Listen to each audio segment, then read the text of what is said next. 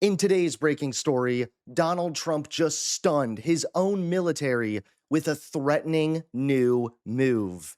That's right, Donald Trump continues to demonstrate a total lack of respect for our troops. How's it going, everybody? Hunter Avalone here with Occupy Democrats. Welcome back to another video.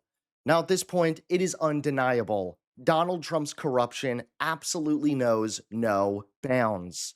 Let's put up on the screen the number of pardons that the last 5 presidencies have seen, okay?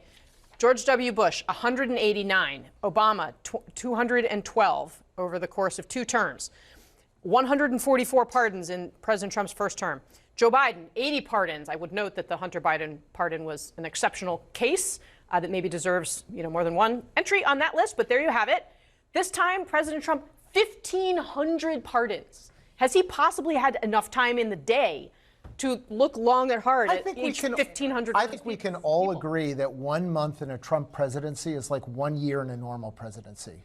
Well, his last presidency was more normal, 144 pardons. Yes, but this president is moving at such a speed that 1,500 doesn't sound that. Come on. Look, listen, he is abusing the presidential pardon.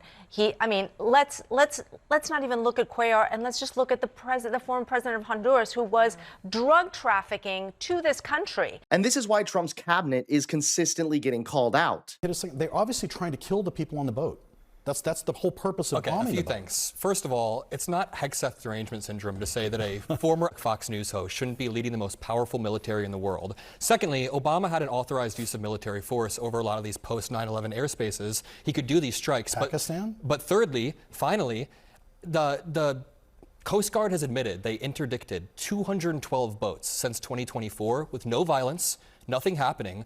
And basically, 1 in 4 of those boats, 25% of those boats, had no drugs on them. So I want to ask you, would you be okay striking boats if there is a 1 in 4 chance that there's no drugs on the boat, according to the Coast Guard? We have 60,000 Americans dying a year. Do you want to answer my question? No, I'm going to give you some facts. No, you should answer my question. You said there's no danger. We have 5,000 Americans dying. Wait, I didn't say there's no danger. We have 5,000. We have 5,000 Americans dying a month. We've killed 87 of them.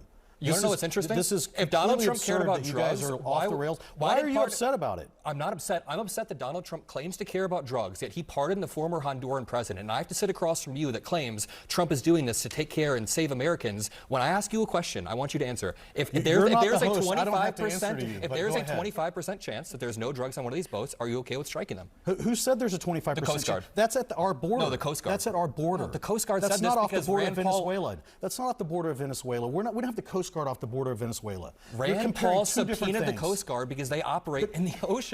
They don't operate off the coast of Venezuela. But they do operate in a space where these alleged drugs would be coming to the United States, which is actually not necessarily the case off the coast of Venezuela. But now Trump just stunned the military with a threatening new move. That's right. Take a look at this breaking story. No surprise that incompetence is ineffective. According to the latest Gallup poll, Donald Trump's approval rating has slipped to 36%, which is a new low for his second term. 60% say they disapprove of the job he's doing. It also shows that the public's approval of his handling of certain issues is slipping, including on immigration and the economy, and to a lesser but still notable extent on foreign affairs.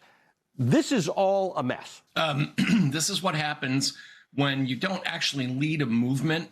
I know that the MAGA faithful think of themselves as a movement, as a political force, but in fact, it's a cult of personality surrounded by a bunch of very childlike grifters who are acting like kids who've been let loose in a candy store.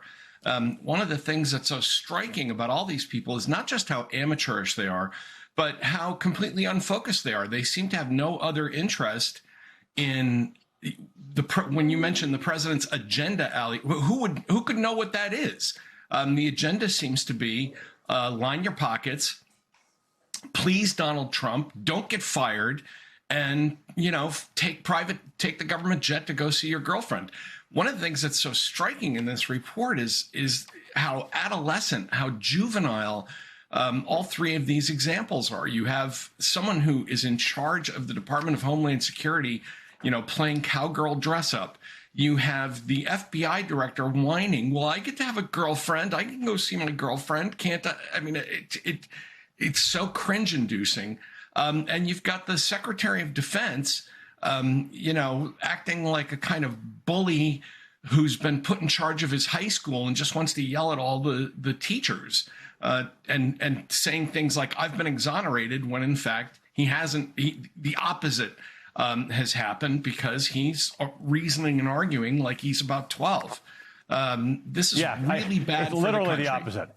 Thanks so much for watching. Please click that like button and subscribe to Occupy Democrats so that you can stay informed and help us stop Donald Trump.